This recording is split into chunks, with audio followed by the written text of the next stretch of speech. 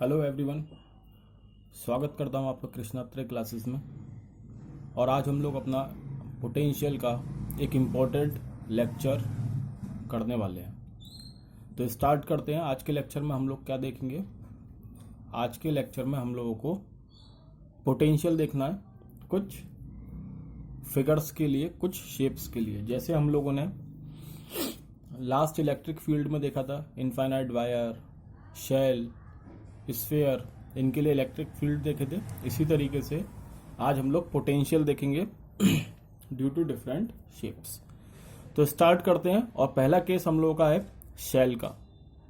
Shell, जैसा कि मैंने तुम लोगों को बताया था पहले भी, शेल कैसी होती है आपकी,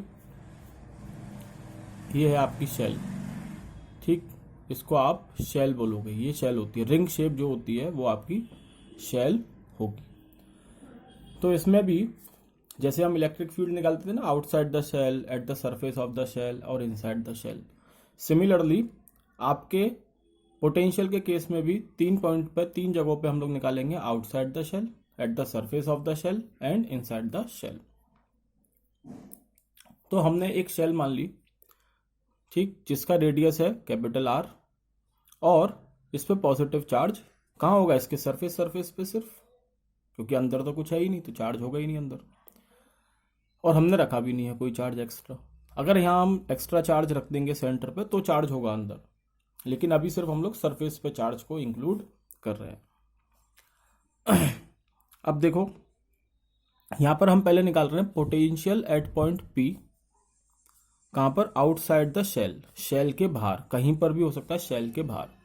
डिस्टेंस हमने माना है स्मॉल आर, और अगर शेल के बाहर है तो स्मॉल आर आपका कैपिटल आर से बड़ा होगा, ठीक। अब हम लोगों ने क्या पढ़ा था? Relation between E and R, V is equal to minus integral of E dot D R. ये हम लोग पढ़ते हुए आए हैं। लास्ट लेक्चर में हमने यही चीज डिस्कस करी थी। तो यही फॉर्मूला हम यहाँ यूज करेंगे, क्योंकि मुझे पोटेंशियल निकालना है। और इलेक्ट्रिक फील्ड मुझे आउटसाइड मालूम है, कितना होगा? 1/4 pi epsilon naught Q upon R square. ये इलेक्ट्रिक फील्ड हम लोग इलेक्ट्रिक फील्ड वाले चैप्टर में कवर कर चुके हैं कि आउटसाइड द शेल कितना होगा, at the surface of the shell कितना होगा, और इनसाइड द शेल कितना इलेक्ट्रिक फील्ड होता है। अब इस चार्ज को, या मैं बोलूं कि इस पॉइंट पे मैं कहां से आ रहा हूँ? फ्रॉम इन्फिनिटी, जो कि डेफिनेशन है पोटेंशियल की, कि work done in moving a charge from infinity to a given point. तो हमारी लिमिट क्या हो जाएगी? इन्फिनिटी से हम इस चार्ज को ला रहे हैं कहीं, किसी पॉइंट पी पर, जो कि शेल के बाहर है। तो मेरी लिमिट हो गई इन्फिनिटी से आर, स्मॉल आर तक लाया हूं, तो स्मॉल आर मेरी लिमिट हो गई। उसके बाद ई आउटसाइड का फॉर्मूला मुझे मालूम है, 1/4 pi epsilon naught Q upon R square. ये मैंने यहाँ पुट कर दिया। 1/4 पाई एप्सिलॉन नॉट कॉन्स्टेंट है, क्यू कॉन्स्टेंट है, बाहर आ जाएगा। और अंदर क्या बचेगा आपका? 1/r square integral D R, ठीक। इसका इंटीग्रेशन कितना होता है? आर की पावर, ये ऊपर जाएगा तो -2 हो जाएगा, मतलब -2 + 1 अपॉन -2 + 1। तो इंटीग्रेशन कितना हो जाएगा? आर की पावर -1, जो नीचे आके कितनी हो जाएगी? 1/r। तो -1/r इसका इंटीग्रेशन होगा, जो मैंने यहाँ डायरेक्ट लिखा। लिमिट हो गई इन्फिनिटी से आर तक। इस लिमिट को जब मैं पुट करूंगा तो ये हो जाएगी 1/r, माइनस माइनस प्लस हो जाएंगे, और इन्फिनिटी डालूंगा यहाँ पे। देखो, ये लिमिट आई इन्फिनिटी से आर तक, ये कितना हो जाएगा? -1/r, -1/∞। माइनस माइनस प्लस भी हो जाएगा, लेकिन ये इन्फिनिटी है ना, तो ये पूरा कितना हो जाएगा? 0। तो बचेगा क्या? -1/r। माइनस बाहर है एक पहले से ही, तो माइनस माइनस प्लस हो जाएगा, और ये हो गया 1/4 pi epsilon naught Q upon R. तो ये वैल्यू तुम लोगों को याद रखनी है कि पोटेंशियल आउटसाइड द शेल कितना होगा? 1/4 pi epsilon naught Q upon R. यहाँ पे अगर तुम लोग देखोगे तो क्यू मेरा कांस्टेंट है, 1/4 पाई एप्सिलॉन नॉट नॉर्मल है, कांस्टेंट ही होगा। तो आपका ये क्या हो गया? V is inversely proportional to R, ठीक है। अब ये हो गया मेरा आउटसाइड का। दूसरा केस मेरा क्या हो सकता है कि मैं इन्फिनिटी से कहाँ आ जाऊं? इसके सरफेस पर। इसके सरफेस पे आ गया, इसका मतलब दूरी कितनी रह गई? सिर्फ डिस्टेंस r, इसके रेडियस के बराबर। तो यहाँ लिमिट चेंज हो जाएगी, इन्फिनिटी से कैपिटल R तक हो जाएगी। इन्फिनिटी से कैपिटल आर तक आपकी लिमिट हो गई। इसको सॉल्व करोगे तो ये भी इतना ही आएगा 1/4πε0 Q/r। सिमिलर है, ये वैल्यू पुट कर देंगे हम यहाँ, या तो मैं ऐसे कह सकते हो कि r = r पुट कर दो यहाँ पर, तो आपका ये आंसर आ जाएगा 1/4πε0 Q/r। ठीक है, या फिर यहाँ पे इसको दोबारा कर लो पूरा मेथड। क्या करेंगे, v = इन्फिनिटी से r तक 1/4πε0 Q/r²। इलेक्ट्रिक फील्ड की वैल्यू पुट कर दी। अब सिमिलर करोगे, बस क्या चेंज हो जाएगा, यहाँ पर लिमिट चेंज हो गई है, तो स्मॉल r की जगह क्या आ जाएगा, कैपिटल R। तो सरफेस पे आपकी जो पोटेंशियल की वैल्यू हो गई वो 1/4πε0 Q/r हो गई। ठीक, आगे चलते हैं। और अब मैं कहाँ आ जाऊंगा, इनसाइड द शेल। अब मैं शेल के अंदर आ गया, अंदर मुझे पोटेंशियल निकालना है, इन्फिनिटी से अंदर आ गया। अब देखो, तुम लोगों को याद होगा electric field inside the shell मेरा होता है 0। क्यों? क्योंकि उसमें जो हम गॉसियन सरफेस बनाते हैं अंदर, उसमें कोई चार्ज एंक्लोज्ड नहीं रहता, और चार्ज एंक्लोज नहीं होगा तो इसका मतलब इलेक्ट्रिक फील्ड 0 होगा। ये हम डिस्कस करे थे अपने इलेक्ट्रिक फील्ड वाले चैप्टर में, लेक्चर में। ठीक है, अब यहाँ पे देखो, जब मैं इन्फिनिटी से अंदर आ गया स्मॉल r तक, तो इस लिमिट को, इन्फिनिटी से स्मॉल r वाली लिमिट को इनसाइड द शेल वाले केस में मैं दो पार्ट में तोड़ सकता हूँ। क्यों तोड़ूंगा दो पार्ट में? क्योंकि यहाँ से यहाँ तक तो इलेक्ट्रिक फील्ड सेम तरीके से वेरी कर रहा है, इनवर्सली प्रोपोर्शनल टू r। ठीक है, उसके बाद क्या हो रहा है, इलेक्ट्रिक फील्ड एकदम से 0 हो गया अंदर आते ही। तो क्या हुआ, हम इसको दो पार्ट में तोड़ सकते हैं, एक इन्फिनिटी से कैपिटल R तक यहाँ तक, और दूसरा कैपिटल R से स्मॉल r तक अंदर। ठीक, तो E इनसाइड हो गया एक मेरा, एक E आउटसाइड हो गया। तो E आउटसाइड वाला हम लोगों को मालूम है Q/4πε0r² है, और E इनसाइड आपका कितना है, 0 है। तो ये तो 0, ये चीज़ तो खत्म हो गई, और ये क्या हो गया, -Q/4πε0 कॉमन आ गया। सेम वही मेथड दोबारा से हमने करा, तो अंदर मेरे शेल के अंदर पोटेंशियल कितना आया, Q/4πε0r, Q/4πε0r। अब यहाँ पे गौर फरमाइए कि जो पोटेंशियल मेरा सरफेस पे आया था ना, वही पोटेंशियल मेरा इनसाइड भी है। इसका मतलब कि सरफेस से और अंदर तक कहीं पे भी जाऊंगा तो मेरा पोटेंशियल क्या है, बराबर, सेम है, कांस्टेंट है, कांस्टेंट। और जैसे ही मैं सरफेस से बाहर जा रहा हूँ, मतलब सेंटर पर रहूंगा तो भी इतना ही है, अब सरफेस पे पहुंच गया तो भी इतना ही आ रहा है। सरफेस से जैसे ही इधर गया बाहर, शेल के बाहर, तो मेरा कैसे वेरी कर रहा है, इनवर्सली प्रोपोर्शनल टू r। अगर मैं इन दोनों के बीच में ग्राफ बनाऊं, स्मॉल r और v के बीच में, तो हमें मालूम है कि सेंटर से सरफेस तक, मतलब कैपिटल R तक आपकी वैल्यू कांस्टेंट आ रही है पोटेंशियल की, Q/4πε0r, और उसके बाद वो इनवर्सली प्रोपोर्शनल वेरी कर रही है डिस्टेंस r।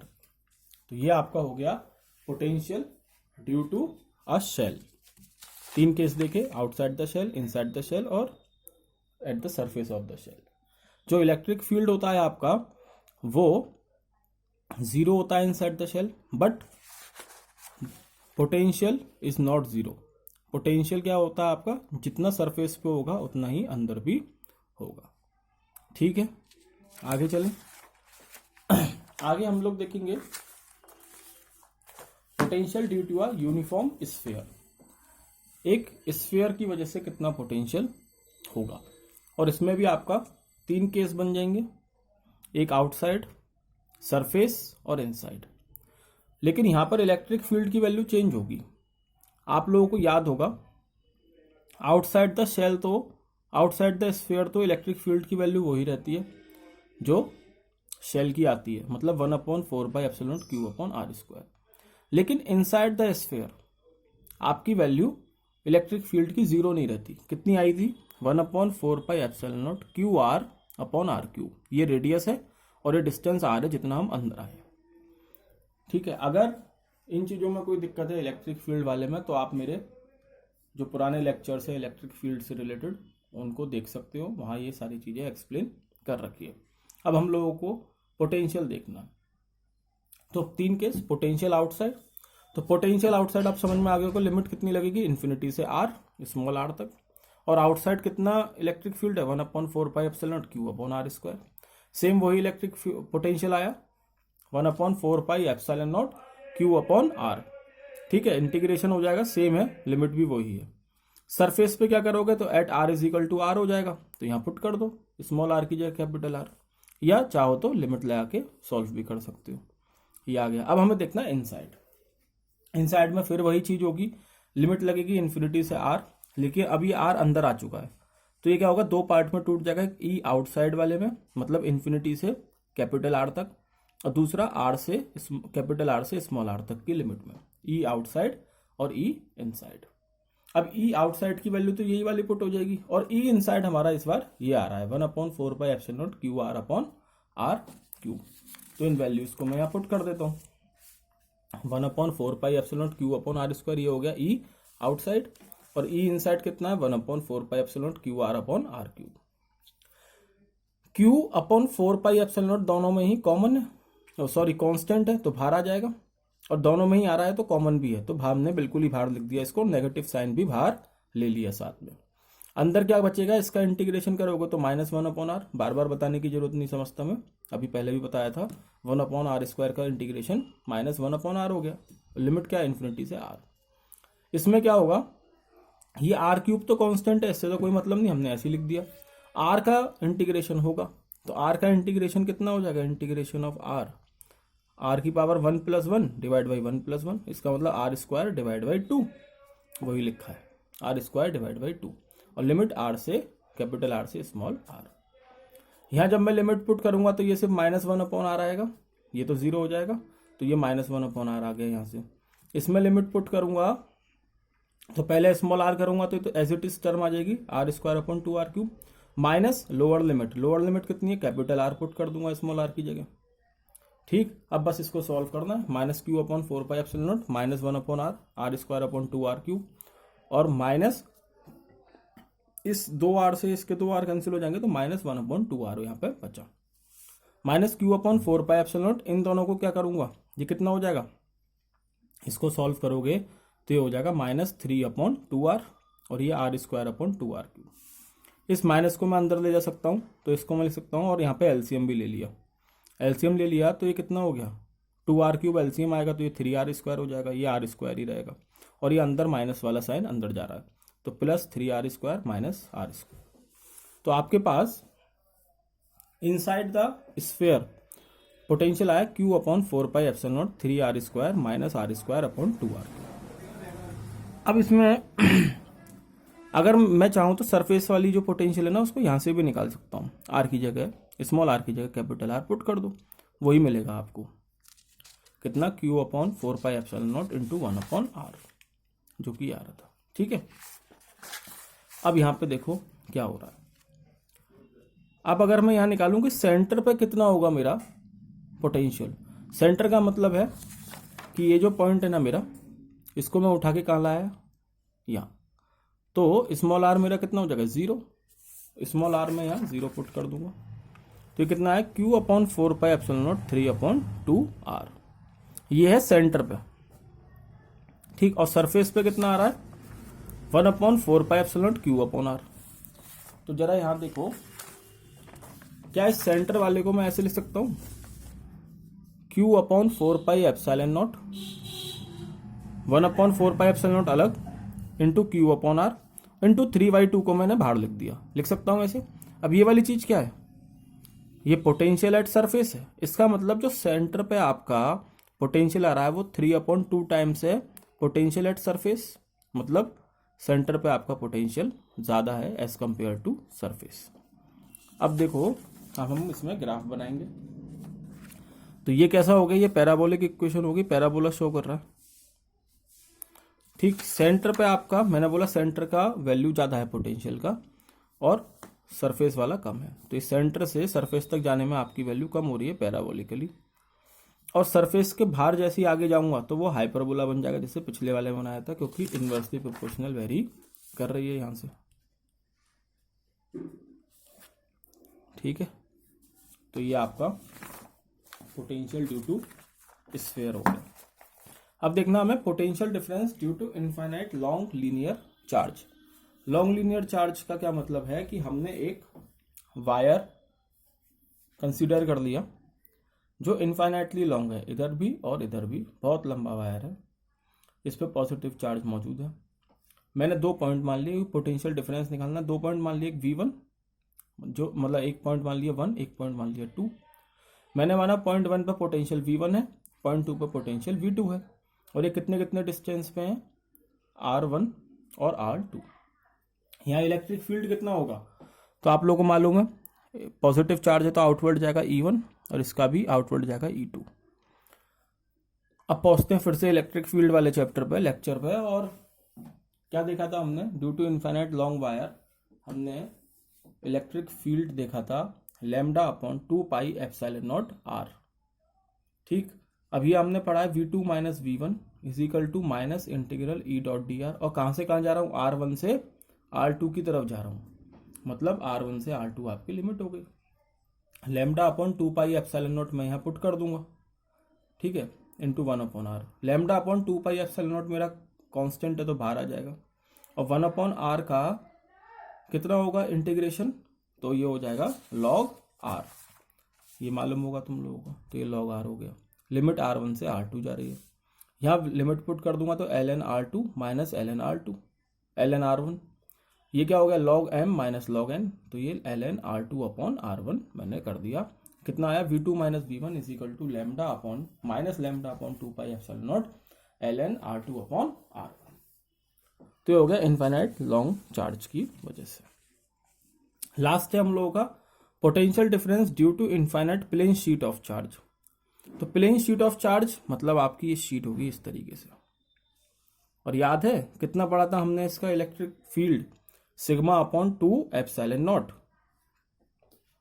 इसमें भी सेम हमने पॉइंट मान लिए 2, 1 और 2, इसका डिस्टेंस R1, इसका डिस्टेंस हमने R2 मान लिया, तो लिमिट वही R1 से R2 होगी, V2 माइनस V1 हो जाएगा, final minus initial E dot D are. अब E की जगह sigma upon 2 epsilon not put करूंगा। अब सिग्मा अपॉन 2 एप्सिलॉन नॉट यहाँ कांस्टेंट है तो ये बाहर आ जाएगा, माइनस साइन पहले से ही है।